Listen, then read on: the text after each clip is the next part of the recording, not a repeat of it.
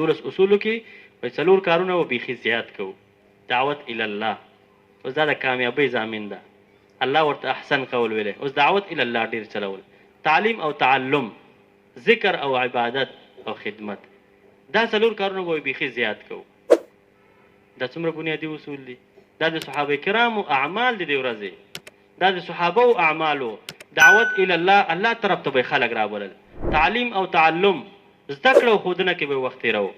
صحابو به زده کړه او ښودنه کې وخت تېرو. ذکر او عبادت، ذاکرین او صحابه کرام عابدین، عبادت کوونکي وو. د الله عبادت به یې کوو، د الله ذکر به یې کوو کثرت سره، ډېروالي سره، او خدمت به یې کوو، د ځان خدمت، د خدمت جذبه پکې وه. حتی پیغمبر علیه الصلاة والسلام بارکې عایشه به فرمایي ویعمل فی بیته کما یعمل احدکم فی بیته. پیغمبر علیه الصلاة والسلام وایي تاسو څنګه کور کې کار کوئ، پیغمبر علیه الصلاة والسلام کور کې کار کوو. ویفلی ثوبه، جامې به یې خپله پاکولې. ویحلب شاته، میږه به یې په خپله لوشله، خدمت یې کوو. ویخدم نفسه، د ځان خدمت یې په خپله کوو. پیغمبر علیه الصلاة والسلام د الله نبي و، د الله پیغمبر و، دومره د خدمت جذبه. بیا د صحابه کرام دغه اعمال، 4 اعمال، 4 کارونه دا د ضرورت په اندازه باندې، 4 کارونه دا د ضرورت په اندازه باندې. خوب که ډېر هم شي نقصان ده، که بیخي کم هم شي نقصان ده.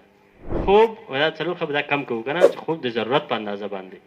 او خوراک دا د ضرورت په اندازه باندې، خوراک دا هم د ضرورت په اندازه باندې. مولانا صاحب په فضایل صدقات کې ډېر خوراک کول ډېر نقصانونه ذکر کړي دي.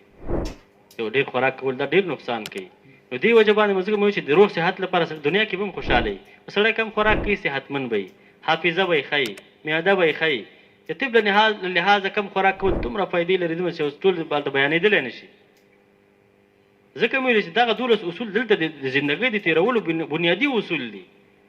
اوس خوب د ضرورت په اندازه باندې، خوراک د ضرورت په اندازه باندې، دا چې خبرې دا هم د ضرورت په اندازه باندې. موږ تاسو مسجد نه وتل دا هم د ضرورت په اندازه باندې، مسجد کې ډېر وخت تېرول، دا د الله په لار کې سړی تشکیل کړي. دا 12 اصول ورته بیانوي.